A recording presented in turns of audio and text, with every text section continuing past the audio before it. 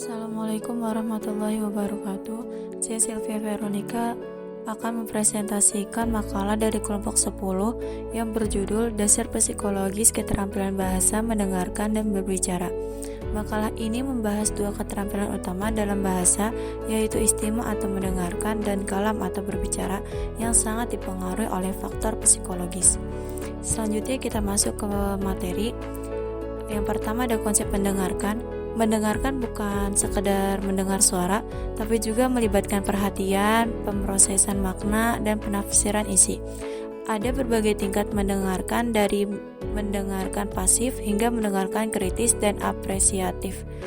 Berbeda dengan membaca, mendengarkan tidak bisa diulang sehingga lebih menantang secara mental.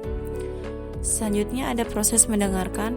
Proses mendengarkan terdiri dari beberapa tahap. Yang pertama ada mendengar bunyi, yang kedua memahami makna, yang ketiga menafsirkan berdasarkan pengalaman, yang keempat mengevaluasi isi, dan yang terakhir memberikan tanggapan.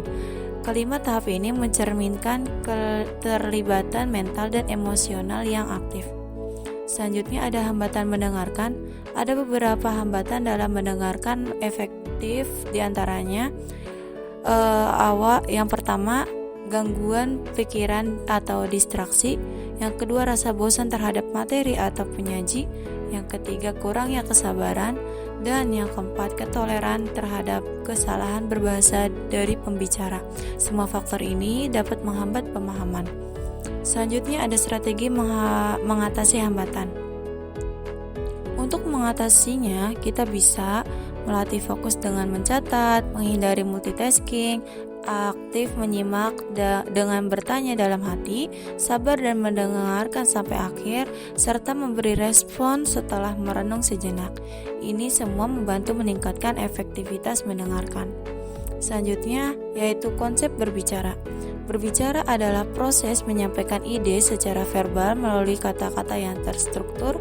Ini melibatkan pemikiran, struktur bahasa, dan alat ucap seperti lidah dan pita suara. Berbicara juga menjadi sarana utama dalam komunikasi sosial sehari-hari. Selanjutnya ada proses berbicara. Berbicara dimulai dari merencanakan ide, menyusun dalam bentuk bahasa, mengucapkannya secara artikulatif, dan merantau serta memperbaiki ucapannya. Artinya berbicara adalah proses yang kompleks dan tidak hanya soal suara. Selanjutnya ada faktor dalam keterampilan berbicara. Beberapa hal yang mempengaruhi keterampilan berbicara meliputi: yang pertama ada kelancaran dan kepercayaan diri, yang kedua pelafalan yang jelas, yang ketiga kemampuan menyusun kalimat secara logis, yang keempat intonasi dan ekspresi suara, dan yang terakhir keterikatan antara kata dan makna.